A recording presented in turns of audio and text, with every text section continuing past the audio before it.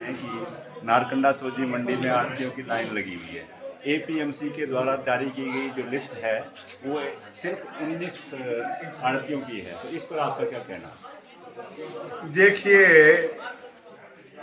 सबसे पहले सरकार और सरकार के तंत्र को एक बात समझनी है कि हिमाचल प्रदेश का अगर अस्तित्व है, हिमाचल प्रदेश को अगर जाना जाता है तो सेब के बगैर हिमाचल प्रदेश इनकम्प्लीट है। हकीकत है कि सरकार के गले में ये बात नीचे जाती नहीं, और इसलिए जो एक सकारात्मक रवैया सरकार का सेब और सेब की जो खेती है उसका जो मार्केटिंग है उसके प्रति नहीं, और इसीलिए आज एक बहुत बड़ी चुनौती जो किसान के सामने है। पैदा तो आप जाएं कहीं, आज हम कमारसन में खड़े हैं, कमारसन के अलग अलग पंचायत में जाओ आप तो ऐसा लगेगा कि ये सेब कहीं इटली का है, अमेरिका का है। पैदा किसान ठीक सेब कर रहा है, लेकिन उसकी मार्केटिंग जो है वो एक बहुत बड़ी समस्या बनी है। और यही नहीं, जैसे आपने जिक्र किया, अगर आप पीछे से चीर फाड़ करेंगे तो आप ये पाएंगे कि कम से कम 55-60% किसान ऐसा है जिसने पिछले सालों में अपना सेब आड़ती को बेचा, लेकिन उसका बटुआ खाली रह गया, बटुए में पैसा आया ही नहीं।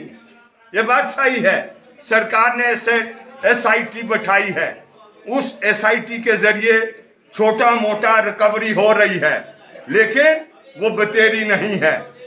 आप बताएं कौन मुलाजिम ऐसा होगा जो पूरे महीने काम करेगा और महीने के अंत में उसको वेतन ना मिले, उसको सैलरी ना मिले।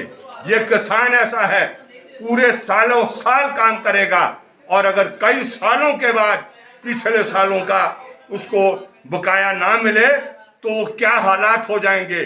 कोई देश के अंदर कोई और होता तो अभी तक आत्महत्या उसने कर ली होती, लेकिन यहाँ का जो किसान है मेहनत करने वाला है और बड़ी मुश्किलों से वो आगे बढ़ रहा है, लेकिन सरकार की तरफ से जो आशाएं थी जारी किए थे कि भाई तंबू छाप आड़तियों के ऊपर सख्त शिकंजा कसा जाएगा, इसके बारे में एक विधायक होने के नाते आप क्या करेंगे?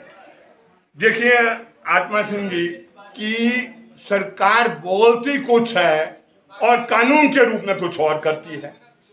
पूरे हिमाचल प्रदेश को जो परिभाषा है सरकार की, उस परिभाषा के मुताबिक पूरा हिमाचल प्रदेश मंडी है।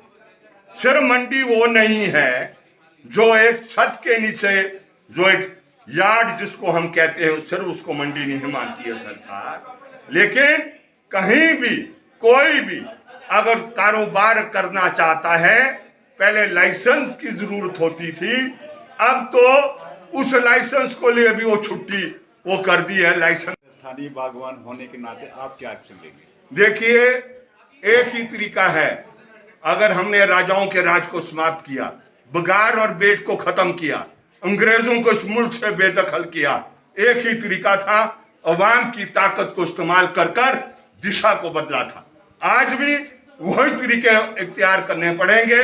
अगर सरकार और सरकार के तंत्र को जो लोगों के पक्ष में नहीं है, अगर वो दिशा चल रही है, उस दिशा की रुख को तब्दील करना है, जनता के योगदान से आपको जन संघर्षों का निर्माण करना पड़ेगा और सरकार के इस किसान विरोधी रुख को तब्दील करने का एकमात्र फॉर्मूला, एकमात्र दवाई यही चलेगी।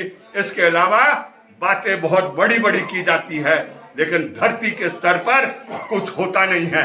आप जाएं कहीं, स्कैब तक नहीं रोक पा रही है सरकार, स्कैब छोड़ो, ऑल्टरनेरिया नहीं रोक पा रही है। आप जाएं, बोला जीरो खेती, ताई की जीरो बजट की खेती। आप बताएं, ये जो ऑल्टरनेरिया और मासिलोना लग गया है, आप उसको नहीं कंट्रोल कर रहे। एक भी फंजासाइड जो आपके हॉर्टिकल्चर के आउटलेट है, एक भी फंजासाइड उपलब्ध नहीं है। तो क्या करना है किसान ने और क्या करेगी ये सरकार? ये तो सिर्फ बातें बनाती है, धरती के स्तर पर कुछ हो नहीं रहा। Thank you sir.